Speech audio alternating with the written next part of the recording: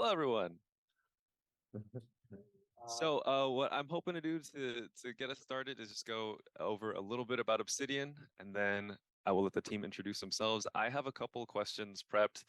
Um, they're very, basic ones. So please, if you guys have specific questions directed at any of our folks, just drop it in chat, and I'll try to call upon people as they come up.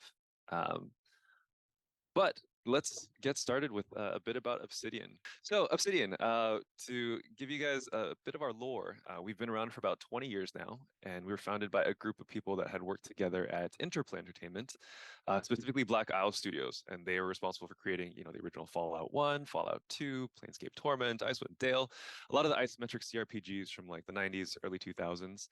And with Obsidian, their entire intention was to continue making RPGs. Initially, it was a lot of sequels and expansions. So we worked on South Park, Star Wars, Neverwinter Nights, Dungeons and Dragons. We did Pathfinder stuff. And it wasn't until 2012 that we kind of had an IP that stuck. So that's when we kickstarted Pillars of Eternity, which was the largest Kickstarter game back in the day. And it has seen, a direct sequel, multiple DLC. We are currently working on our first-person game set in that universe, titled Avowed. And in recent years, so in 2019, another big year for us, we released The Outer Worlds 1, and that actually won Game of the Year. And we were also acquired by Microsoft. So we are a Microsoft game studio. You can find all of our games on Xbox Games Pass. And yeah, that kind of catches us up to present day. So actually just last year, we released two different titles. I realized that I'm supposed to have been scrolling through this so you can see our list of games. I haven't done this in a minute, so bear with me. This is actually large enough so you guys can see it, hopefully. Anyway, list of our games that we've made. Bunch of RPGs. So if there's anything to take away from today's call, Obsidian, we make RPGs. So yeah, as of last year, we released Pentiment and then we released Grounded. Grounded was actually in early access for a bit, so it might seem like it's been out for a few years, but the official 1.0 was last year. And as of right now, we are working on Avowed actively, as I mentioned, The Outer Worlds 2, and we are still doing content patches for Grounded, so still doing some active work with that game. So that leads us up to now our developers that we have in our video chat with us today.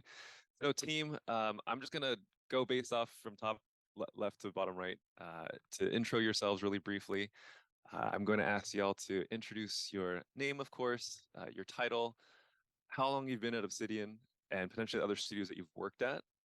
Those are a lot of questions. So Sam, if you forget what I've just asked, let me know. But for now, Sam, if you could do a quick intro about yourself, title, how long you've been here, and other studios you've been at. Hello, I'm Sam Gould. I'm an AI engineer at Obsidian Entertainment, and I've only been working here for about 6 months.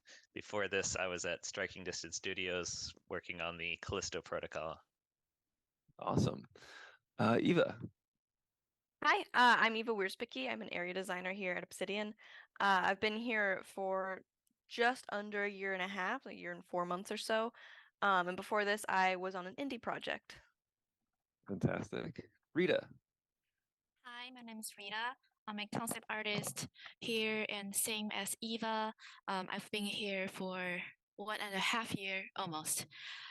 Before I worked on like some freelance jobs, but not really like a full-time job. So here, Obsidian is my first full-time. Yes. And last but not least, Corey. Well, my name is Corey. I'm a character artist. I've been at Obsidian for about 6 months and in the industry for about 5 years. I was at Amazon Games and Vicarious Visions before that. Awesome. And so, folks, as I mentioned, please feel free to drop questions in chat if you have anything specific, but I will just kind of go through a couple kind of standard questions that I'm sure you guys want some answers to. So with Sam, and again, this is going to go to everybody, so start thinking about your answers. But how did you, actually, let's skip the one about how you get your first job. How did you decide on what you wanted to do in games? So this one's off the script that I sent you guys earlier. So how did you decide on your individual positions? Naturally, there's a lot of different roles within video games. So yeah, what landed you here? So I always had a interest in game AI. It was like what I worked on in all my college projects. I was a big fan of a YouTube channel called AI in Games, learning all the different techniques AI engineers would use in the game industry. And I actually got really lucky that right out of college, Striking Distance was hiring a bunch of people, starting their company, and they were looking for people in specializations, which is actually pretty rare for your first job. You won't usually see a AI engineer. You might start in gameplay and then move into AI. But it was perfect for me because that's what I had worked on all through college, and I love doing it. So I was very happy to continue. Good to hear. And Eva, how did you decide on design? So I went to college to study game design, but my program was very generalist, so we did a little bit of everything. Um, we did not, however, do very many level design classes or area design classes, so I discovered my love of that specifically when I started working on the independent project, like a kind of thesis capstone project, where I was the design lead. And I've always been more on the creative side of game design. Programming hasn't been a strong suit of mine. I've always very much focused on like the player experience. And so in making the levels for that game, I realized like this is it. Like this is how I can pair my like visual background and my artistic side with like player psychology and level design and whatnot. So uh, from there, I took a side route to try user research for a while, and then came back to area design at Obsidian. Here we are today. Rita, what drew you to concept?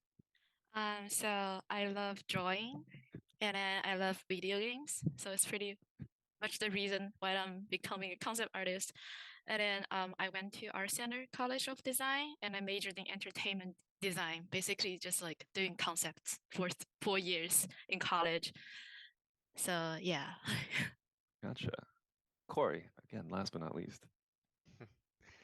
Well, I never thought I could do art until I tried like ZBrush in my general game school, and then I fell in love with it, and I knew that's what I wanted to do. Sweet but efficient. Thank you, Corey. So actually, I realized that we didn't go through exactly what your specific disciplines do on the day-to-day. I'm not going to ask you to walk through every single task, but if you had to give like a 5-minute elevator pitch of like what my job does, how would you describe that? So, Sam. So game AI is a very different field from general computer science AI. I just want to start with that because people are like, oh, machine learning, chat GPT or whatever. It's nothing like that. Mostly what I'm doing is controlling everything that isn't the player. So every other non-player character you interact with, combat behaviors, a lot of animation work. I work very closely with animators and designers to try to build up the characters how they want them to play. Generally, there's different like disciplines of AI, like for example, like there's goal-oriented systems, or in Unreal you see a lot of behavior trees, and you can mix and match them to sort of build how you want it. But on the base level, that just works out to a bunch of if statements. Like if I'm in this situation, I should do this thing. And you can also specialize into stuff like navigation. Like I want to build the world, like ways to analyze the world to see how characters navigate it. Or you could specialize in combat, where you work on very specific behaviors, like how I take aim at my target, or like who flanks me and who comes at me from the front.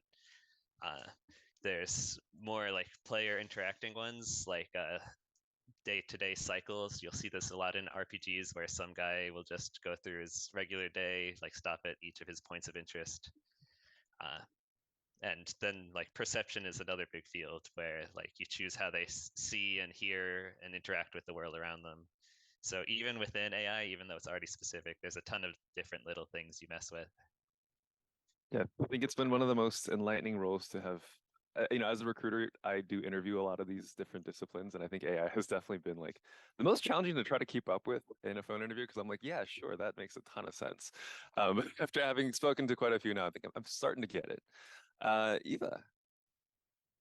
Hi.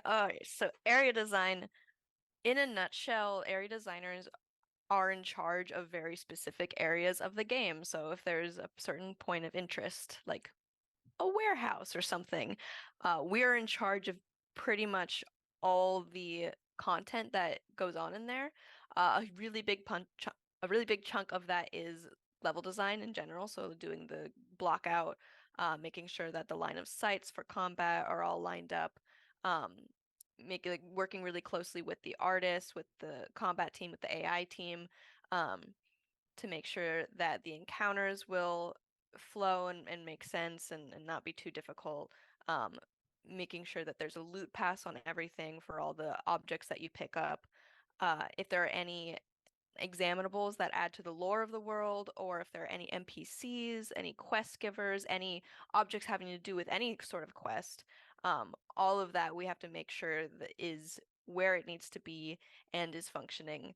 And if it's not functioning, figure it out, or like, again, discuss with people in other teams what we can do to fix that. So we have a lot of little hats here at Obsidian as an area designer, but the bulk of it is to just make sure that the area is blocked out, and everything is in and functioning. And something that Sam mentioned is that he works a lot with designers as well. So I was going to ask you, what other disciplines do you collaborate with on the day-to-day? Yeah, so definitely artists, because there's a very close pipeline between getting the blockout in and making sure that anything that you need design-wise is there. Like if there's a dead guy and the player needs to see this dead guy, it needs to be very visible. And so then you'll work with art to make sure that they understand the needs and that they can make the place pretty. We work with lighting to make sure that anything that needs to stand out stands out, or if there's any other ambiance or specific needs for that lighting needs to do. If there are encounters or enemies, you'll have to work very closely with AI and combatants to make sure that that's all up to snuff. And then, of course, we're working with narrative a lot as well, specifically if there are any NPCs who have any dialogue at all or any lore or anything, they're in charge of that. Awesome. Rita, your 5-minute pitch explanation of concept. It's easy. It's easy. Because we create concept art. It's pretty much like the pretty drawings you see in the art book. That's what we do. And then it's like we create concept art for like characters, props, vehicles, environments. These are like the most basic ones. And then sometimes we'll create like concept art for visual effects, or like little turnarounds for each props, or even like decals for the 3D artist. So usually we will get a script from narrative or from the art director, and then we will create concepts based on the script or based on the levels that's created by the level designers. Yeah, yeah. So could you recap again what other disciplines you're working with? Oh yeah. So we work kind of closely with the area designers and also the 3D artists, because like usually when we finish a concept, the concept will be handed over to the 3D environment artist or character artist, so they will be finishing up like the 3D models in game. Awesome. Corey. I have a question for Rita. Is this allowed? Yeah, no, please, yes. Yes. You have my permission. Wait, are concepts always supposed to be pretty? No, they're not. I mean, in the art book. So like actually like the ones you see in the art book, like a lot of the big companies, like they will ask the concept artist to like redraw the painting and put it back to the art book to make it look pretty enough. And also there are like legal issues, because sometimes we'll use like the textures from the internet, but then they're not allowed to print. So yeah. Internal use only. Right. Thank you. Very informative. So my 5-minute elevator pitch is a long elevator ride. Let's see. I take a concept and I translate it into the in-game model of a character or creature, outfit, anything like that. So it's like digital sculpting with ZBrush. Like you get your high poly, and then you've got to retopper it, make it low res, so you can actually like put it in a game engine, do all your baking, textures, that kind of stuff. And then after that, I'm working with like tech art to make sure it's animating properly. And then later on down the line, maybe like design wants some changes. Go in, change something. That's about what I do. So as you can all see, that nothing is ever done in a silo. There's a bunch of little spider webs that connect all of us together to get this done. I realize we've been talking this whole time, so I'm gonna quick pit stop. Any questions, thoughts, comments from the crowd? Give it like this 5 seconds. All right. Anybody? Oh, yes. It looks like there's no questions, so yeah, go ahead. Continue to plow on ahead. All right. So as these are all Cal Poly kids and college, not kids, you guys are adults at this point, but what skills would you say, or actually what courses do you recall being useful for you during your time in university? And if not a specific course, what skill set would you recommend people potentially look outwards for if you didn't get enough of it during university? So Sam, I'm going to kick that question to you. Okay, so I'm going to start with the ones that you wouldn't expect. So if you are trying to go into games programming and you do not have a linear algebra course, sign up for it immediately. Everything is 3D math in game engines. You'll have to constantly be working with vectors, matrices, that sort of stuff. And a base understanding of linear algebra is absolutely vital to even getting a job in the game industry. Every single interview is going to make sure that you understand 3D math in a very deep level. And for AI engineering, of course, if your college offers any AI courses, take it. That'll only help. But if you have like any general game development classes where you have to build a team and work on a game together, just try out the different disciplines. Like maybe you can be the person on one project that does the player controls for more gameplay precision, or you can try to make the enemies with some finite state machines or something, and figure out what you want to be doing. Because if you specialize early, that's going to be what you're doing for the rest of your life. It's really hard to switch specializations, especially if like I start as AI. If I decide I want to go into gameplay, most people want to keep me doing AI as a gameplay programmer. So just try as many different fields of programming that you can until you find out what you want to do. And stuff like UI engineering and tools engineering, it's not as cool maybe, but you will always have a job in the industry if you get good at UI and tools.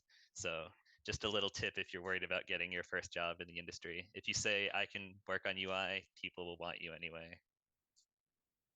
True, I can speak to this. We have had UI programmer position open for a minute. So thank you for those tips. I'm actually not going to force anyone to go for this one. So whoever wants to raise their hand amongst our crew, if you can recall. Eva. I'll go. So, this is my experience. Having courses in game design where it's like you're trying to learn hard skills, there's programming. I took a UI class. Those are cool, neat and dandy. You can also take a lot of stuff like that online.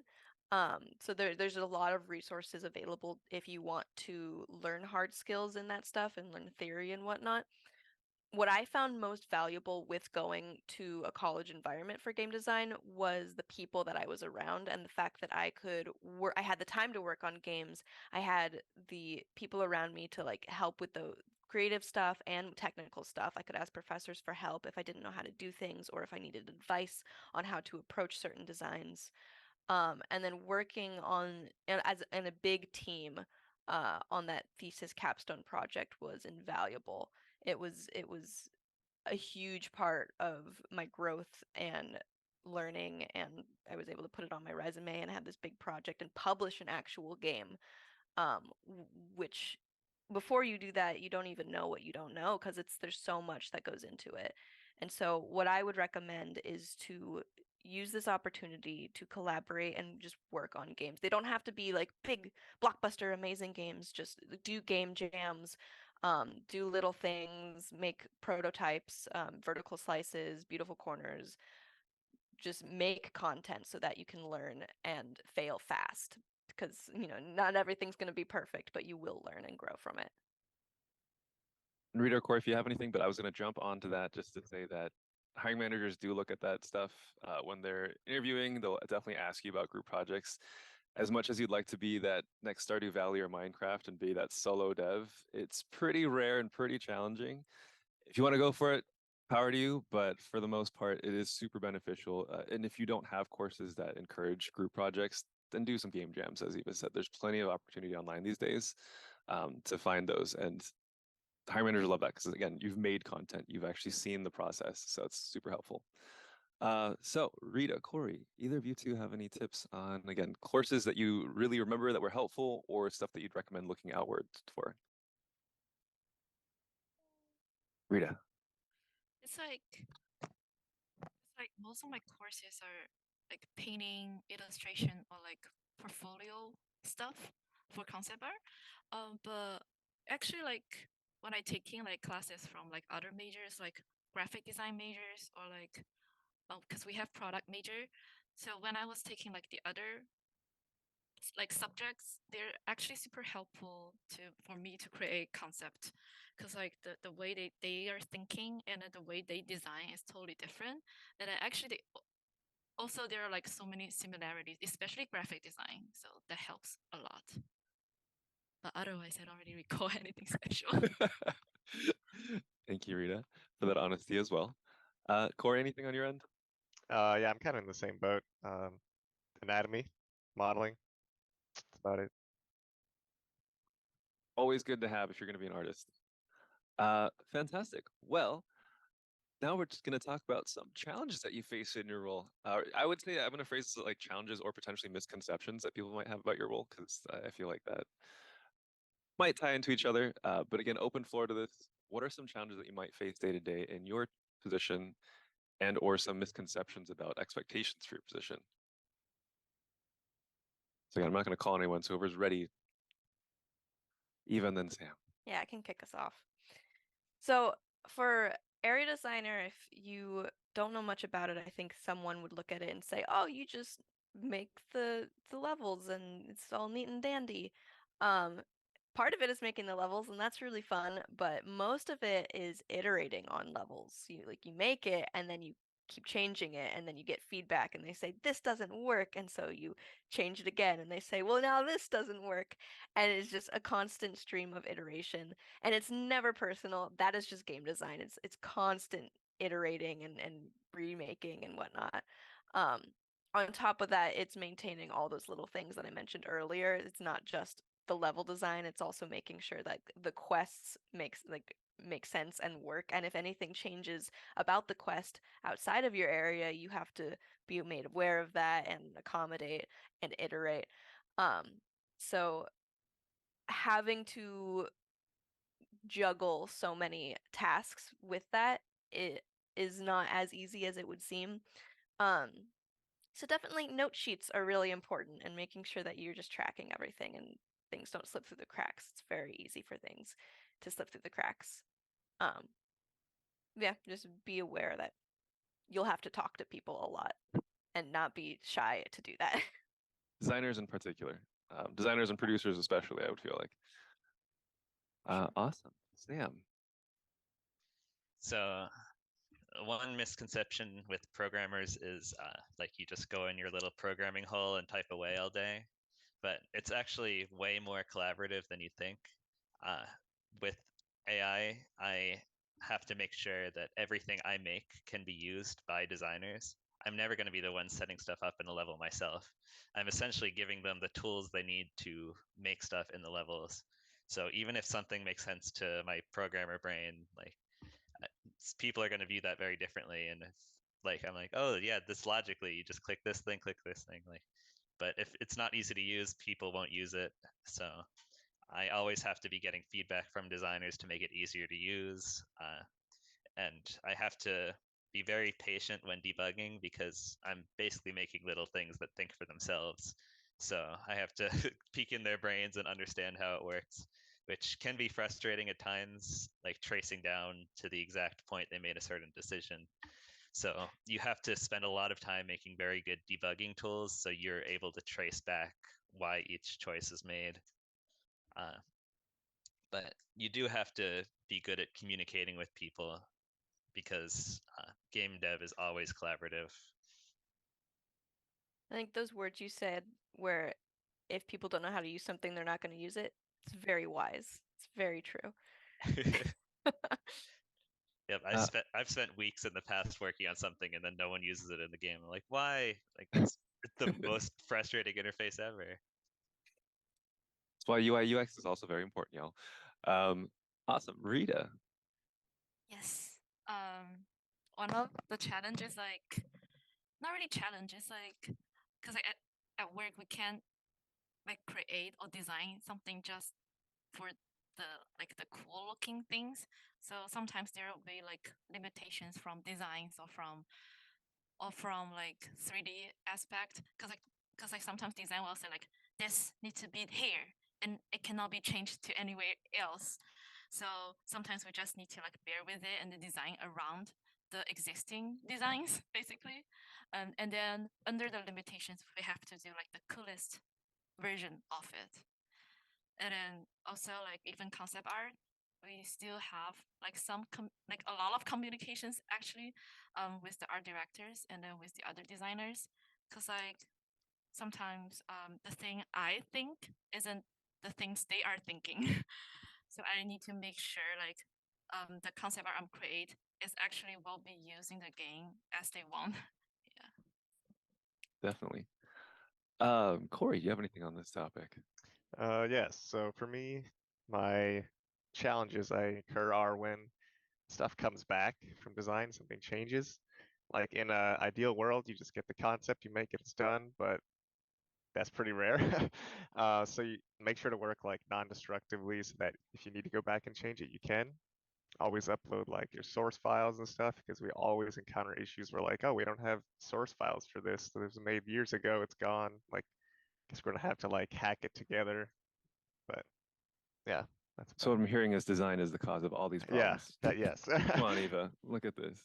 Sam's over here playing God, making his sentient creatures and designs. Thank you for that. And so to kind of turn that around, to bring some joy into our lives, what are the perks or like things that you enjoy most about being within your role? And you guys may have touched upon this in your little 5-minute elevator pitch, but if you had to pick like an element of your discipline that you're like, man, I get excited about doing this, what might that be? I can kick us off again. Yes, please.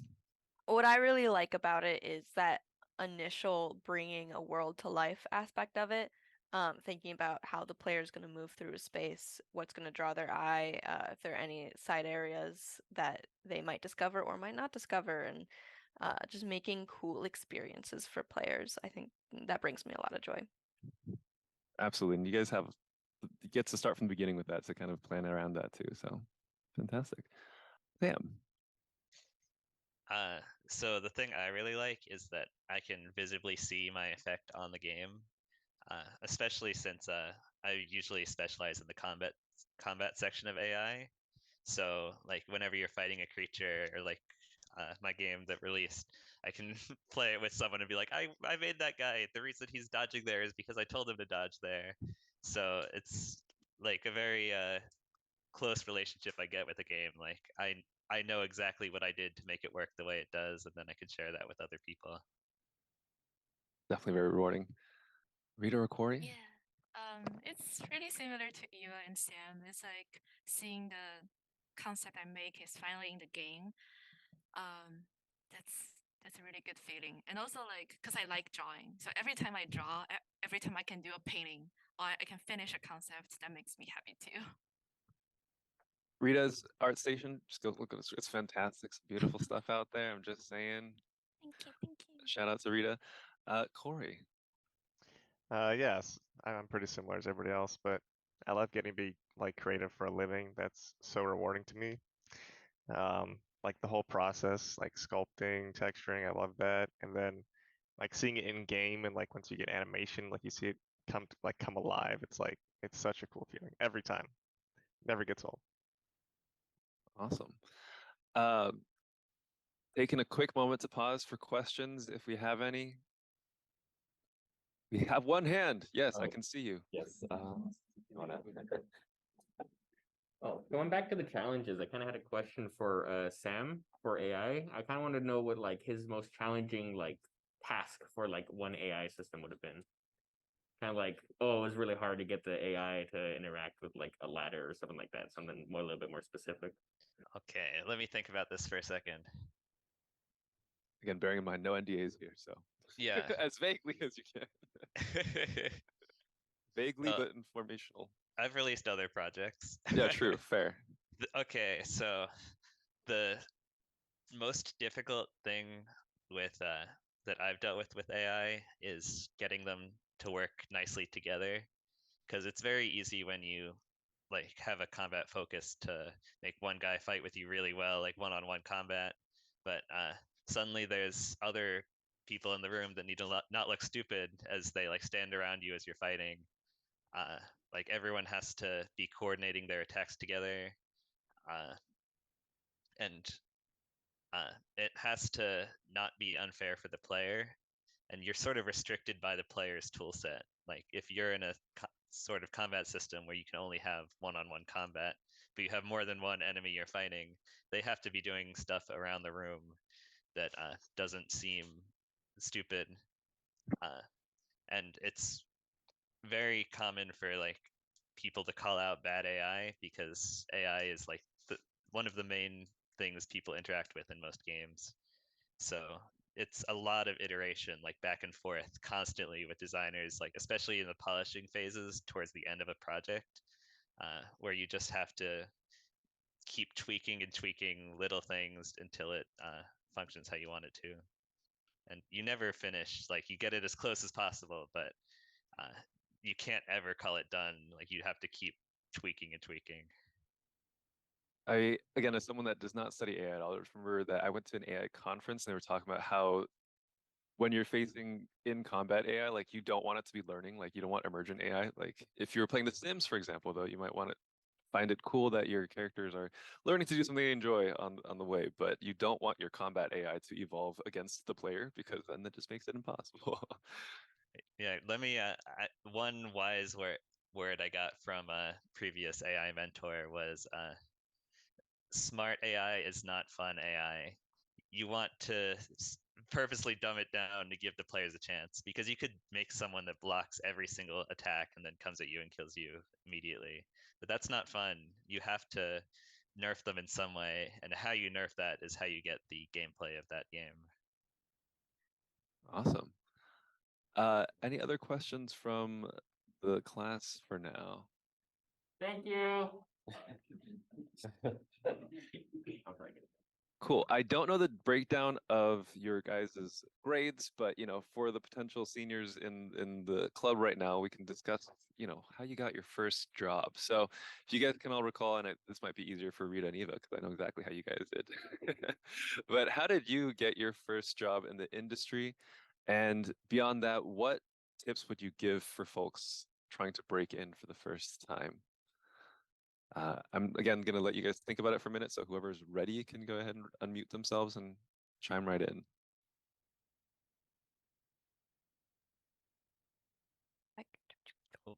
Go ahead, Sam. I keep starting, so. So I mentioned that I considered myself very lucky to like get a AI job right out of college. But the thing about luck when applying for jobs is that you have to make yourself get into a situation where you get lucky. Like I applied to many jobs, let's just say, and I only got 2 interviews. And in the the first place I interviewed at, I was their second choice, so I didn't get the job. But failing an interview was actually super important for me to succeeding in the next interview, because I was used to the style of questions they would ask and able to like research certain things that I wasn't prepared for. So I don't consider that failure a bad thing. Like I might have enjoyed that studio a lot, but I learned a lot from trying as well. But it is extremely hard to get your first job in this industry. Once you have one, it gets a little bit easier, but you have to have tons of projects that you worked on like in school and in your free time. I can promise you that I was way more stressed and got way less sleep in college than I ever did actually working in the game industry. But it all gets easier after that beginning part. But you have to both be Oh, yes, perfect. Thank you, Eva. Luck is required skill set plus opportunity. So work on everything you can in your free time and take advantage of anything that comes up because you have to be ready whenever. Thank you, Sam. Very reassuring and not at all terrifying. Eva. Yeah, so I forgot to mention actually, before Obsidian, technically I was at Warner Bros. Doing user research stuff instead of design. Um, I completely forgot to mention it before. That was what I did after my indie project. And the reason, and that was still in the games industry, which is why I went for that job, even knowing that I wanted to do design in the future. And the reason I got that job is because of an internship that I did in college. Now there's a give and take there because it was a way for me to say, yes, I have experience and like learn a lot about user research, but it also was a very tough internship, and led to some sleepless nights and it was a lot of work. Um, which, it's good opportunity that I had that, but also it was really tough. Um, so I wouldn't necessarily say I recommend doing that, but that is how I was able to get in. Once I did the Warner Bros. Stuff, it was once again an internship that got me into an Obsidian. So last year I was the area design intern, and then from that I was able to get hired full time. But even that was taking a risk because I didn't know if for sure if I was going to get hired full time, and I didn't know if I should like continue looking for other jobs. Um, I was leaving my current contract to do the internship, uh, and basically I took a leap and I said, "Hey, this is what I want to do. I'm gonna like put my all into this." Um, and if it doesn't work out, at least I did it and I have learned and I can put it on my resume. But it did work out. So I'd say there is sometimes you have to take a risk, but for the most part, it is just working on your skills and making sure that when that opportunity comes around, when you find that job interview that like suits you, you have the skills to be able to sell yourself and get that job. And I will say one other thing that I keep having to tell myself when I was looking for jobs: if you are doing a lot of interviews and you seem really qualified for the job and the interviews go really well, but then you don't get the job, it's not always because like, oh, you're not good enough, A lot of times it's like Josh might be able to speak for this because he's a recruiter, but a lot of times there's just someone else who also is qualified and it just happens to go to them. So don't take it personally. Looking for jobs is a grind and it's tough, but stick with it. Don't be too deterred. Awesome. I'm gonna ask this question just because it is in relation. Seth had asked, for the interviews that you did get, were there any specific projects that helped you get an interview slash, I would frame it if it was even just beneficial for you in the interview to talk about? Because I know that not every hiring manager is going to be like, I picked you because of this project. So if there's any projects that you guys feel were very helpful um, during the process. Sam.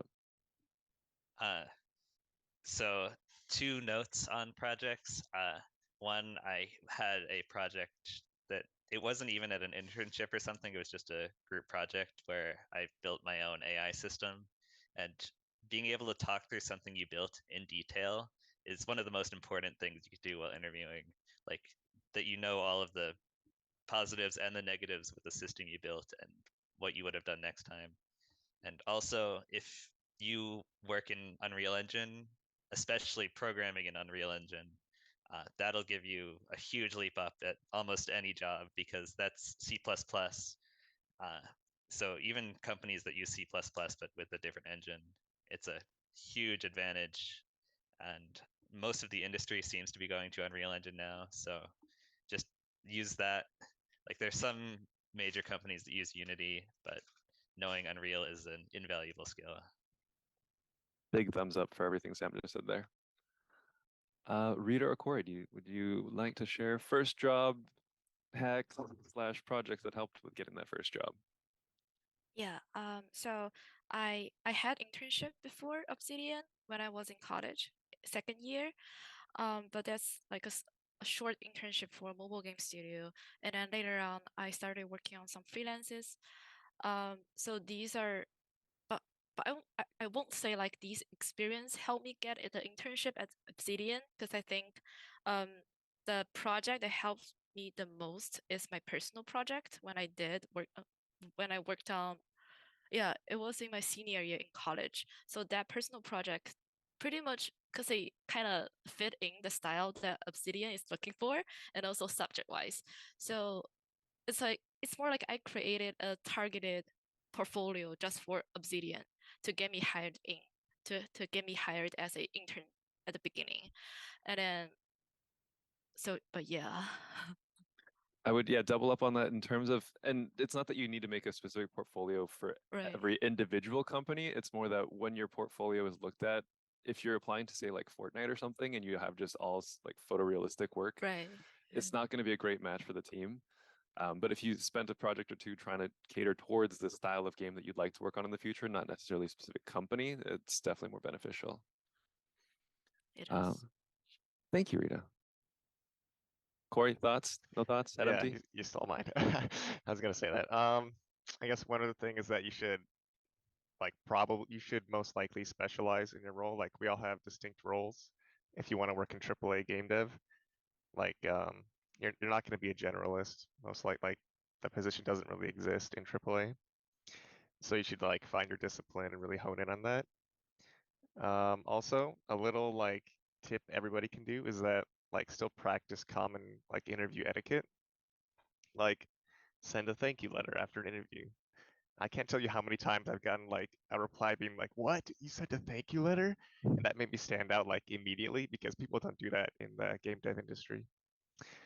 And then just keep going, keep working at it. Like it took me a long time to break in, but if you work hard enough, like you will eventually get there.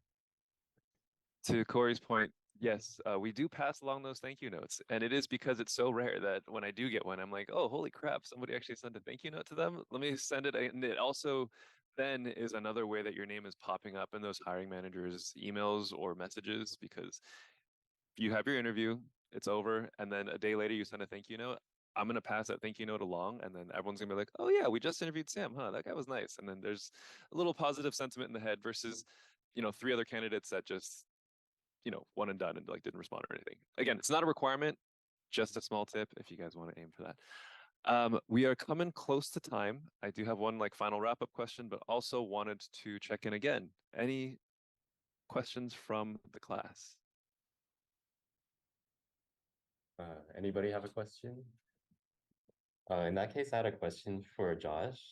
Sure. So like as a recruiter, what are like some of the things you look for in a candidate, like maybe during an interview?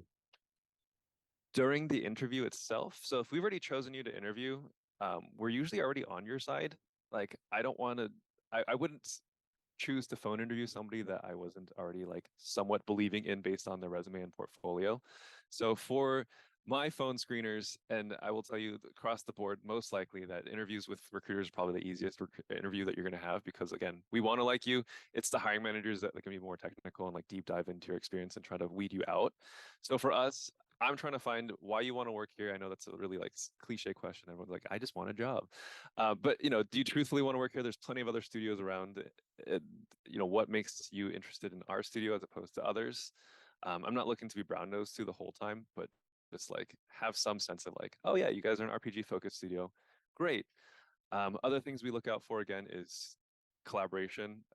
How often you are in the interview discussing flaws with your projects and blaming others, or taking credit for everything that's happening that's good. It's that sort of stuff. Just look up like STAR behavioral interviews. That's like your standard situation, task, action, like results sort of thing. It's been pretty standard for interviews across the board. But if I'm putting it quickly and bluntly, just do be yourself, because if you're fully faking it for the interview, it does. If you trick me, great. But also, if you get into the studio, then you're gonna have a bad time anyways if you're not really being yourself, right? So, yeah. Again, to recap, we look for genuine interest in the place that you're choosing to apply to and interview with, how well you collaborate with teams. That's usually the first screen.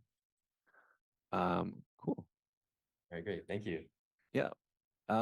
Any other questions before we do like a final wrap-up question for our folks here? Oh, looks like there's a question in the crowd. Sure. Hey guys, thank you for coming. I wanted to ask, how do you find yourself? This is for everyone. How do you find yourself like deciding what you want to specialize in?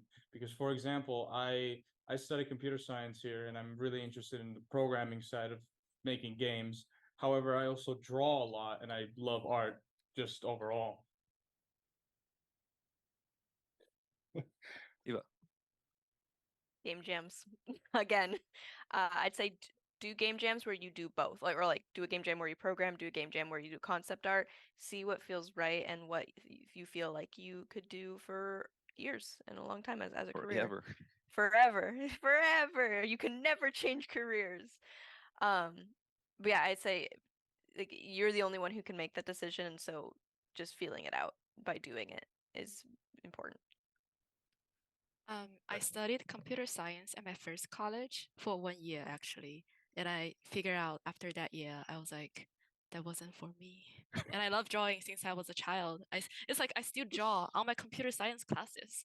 That's the reason. But yeah, you'll find out once you do enough of it, I think. All right, thank you very much. And also to add on to that, when you apply to roles, try not to apply to a bunch of different disciplines within the same studio, because we do see your applications spread across. This is especially true for internships, where we'll see like one person has applied to programming, to art, to design, and to production, and to narrative, and it's just like you need to decide for yourself what you want to do first before you apply to every single thing here. It might sound tempting to be like, I'll do anything, even mop the floors, but no, like we want you to know what you want to do, because we've already been around as a studio for a bit of time, so we want to be able to train you and like help you grow with the direction that you are hoping to. And frankly, there's a lot of candidates that have that drive, so we're looking for that more so than somebody that's willing to do anything at a studio. Awesome. Final call for class questions. Thank you. All right.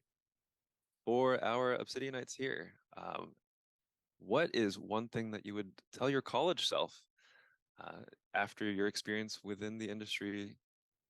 And it can be whatever you want. I'm going to stop screen sharing just so we can get back to our little intimate group here. I will say to my college self, I'll be like, just keep going. It's okay to lose sleeps. It's okay to not sleep. You'll get there. Obsidian is an anti-crunch studio. We don't have our I love developers doing Obsidian. I OT. know, I know. Just saying, my college life was like chaos. Thanks for not sugarcoating it, Rita. Corey, I saw you raise your hand for a second, so and then we'll go Sam. All right, I'll say I didn't sacrifice any sleep and I still got in, so take that. Oh, you're so cool, Corey. Oh, that's just brag. You just unmuted just to brag. Thanks, Corey. Yeah, no, this is very art specific, but I kept getting this note at my first job as a junior over and over, which is don't rush to tertiary details. Spend your time in the first forms, second forms. Work on the silhouette. I kept getting that note over and over, so. Awesome. Take your time. I think that's true for any juniors. Don't rush into don't go into immediate people pleasing mode and try to submit as quickly as you can. Sam. So I'm sort of going to go the opposite of Rita and just say, chill out. It's going to be okay. I think I definitely overstressed and lost too much sleep. I have not ever had to crunch in a game studio. And I crunched myself in college. I was just setting myself up for bad habits, I think. It's okay to relax. Like, you don't have to be perfect. Like, I don't know if I would be here right now if I didn't work as hard in college, but I think I would have been happier during those years if I just chilled out a bit. Give and take, give and take. Eva, did you have parting words? Yeah, I would have told myself to start learning Unreal earlier, so that I could get more experience with blueprints, which was easier for me to digest than hard coding. It also I feel like it's a better way to quickly block out things than Unity is. 'Cause it's got that nice grid system, it's got assets, it's nice and juicy. But we weren't taught that in college, so I would have told myself, do that, make your own side projects right now. Look at that. Even with the practical knowledge, everyone being all floofy and just, you got this now. Thank you so much. Quentin, I know you asked the question. I think the answer to that one is, again, how to learn how to collaborate with others, game jams, do your group projects, typical stuff. I know we had a hard out at 12:50, so Melvin, unless you feel like we can answer another question, I saw one and I think like 12:55 is like definitely like we can go maybe like 5 more minutes. okay, well, we can just pick up some straggler questions. Yeah. Yes, I realize when I point, you can't tell I'm pointing out. White shirt. I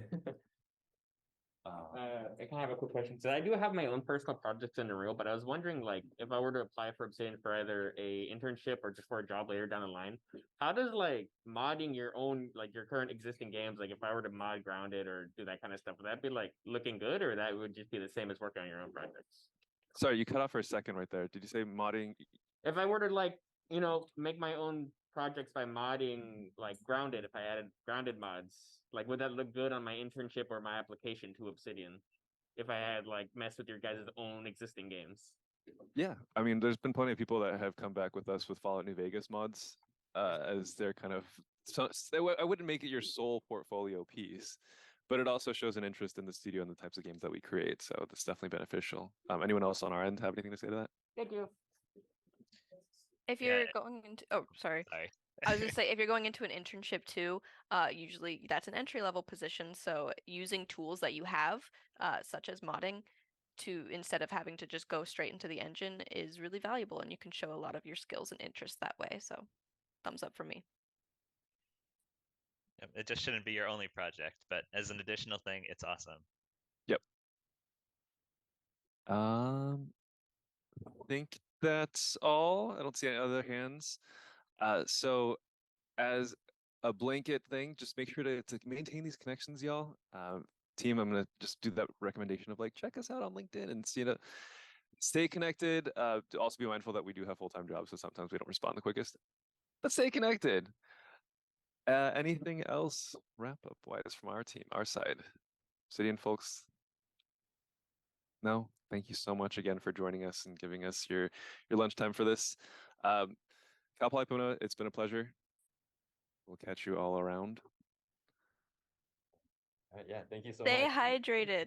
Stay Get hydrated. sleep and stay hydrated. Keep your Health is posture important. good because it's only going to get worse as you work in game dev. So, just Stretch. reminders, stretch, Stretch. do all that stuff. We're all breaking over here. And I know we're some of us are barely out of college. So take care of your I'm bodies. doing great. I don't know what you're talking Don't about. scare them anymore. All right. Bye, everybody. All right, thank Bye. you.